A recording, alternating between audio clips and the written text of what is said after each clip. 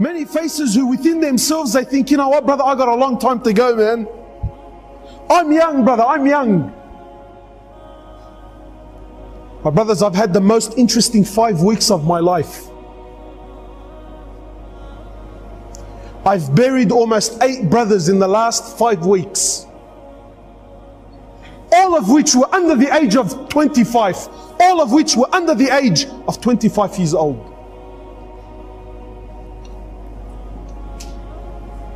And they didn't die because I was sick.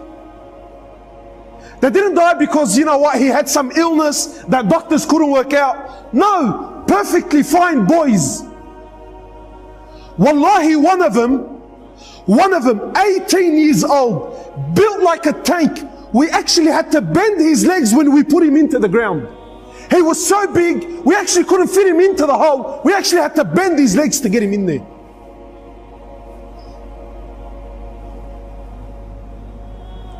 8, under the age of 25. And ask me how many of them prayed. None of them.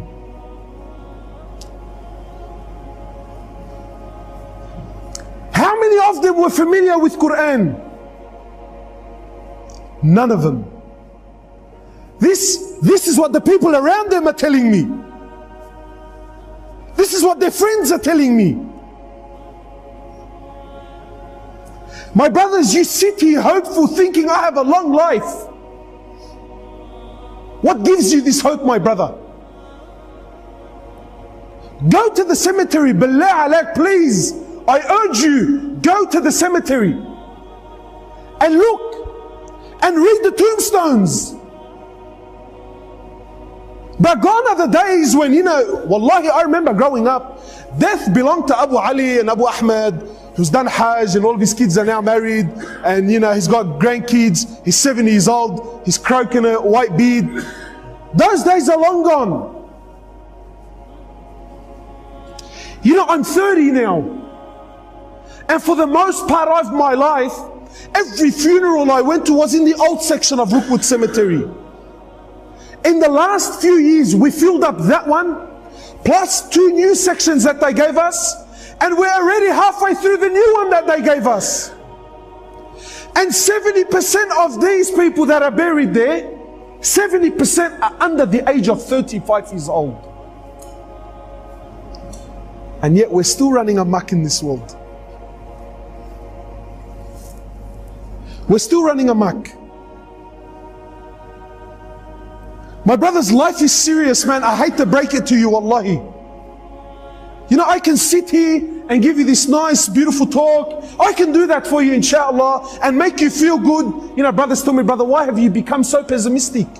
Why don't you speak about the mercy of Allah, the rahmah of Allah? Give people hope.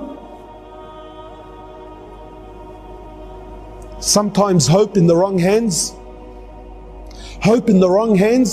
can actually destroy the person. One of the great companions of Muhammad sallallahu alaihi wasallam, I believe it was Mu'adh bin Jabal, I believe it was him, on his deathbed, khalas, last days in his life, he speaks between him and Allah, conversation now between him and Allah. He says, Ya Allah, you know that I lived my whole life in fear of you. He says, Ya Allah, I lived my whole life in fear of you. And now, Ya Allah, I'm on my deathbed. Khalas, I'm dying, I'm going, I'm leaving. Now, Ya Allah, even if I wanted to do something I physically can't, say, Ya Allah, I'm asking now I'm knocking on the door of your rahmah. Ya Allah, now I'm knocking on the door of your mercy. He says, I lived my whole life in what? In fear. But now, Ya Allah, khalas, I've reached an age where even if I wanted to do something, I can't. I'm too old, I'm too fragile, I'm too brittle, I'm too sick. I actually can't get out of the bed. Now, Ya Allah, now at this moment of my life, I'm knocking on the door of your mercy. Ya Allah, I'm asking that you have rahmah upon me. I ask you, my brother, sincerely, did this companion not know the verses of Rahmah?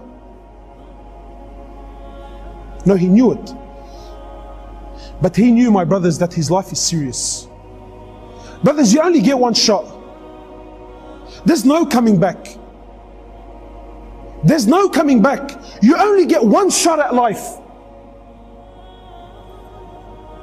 The choice is yours.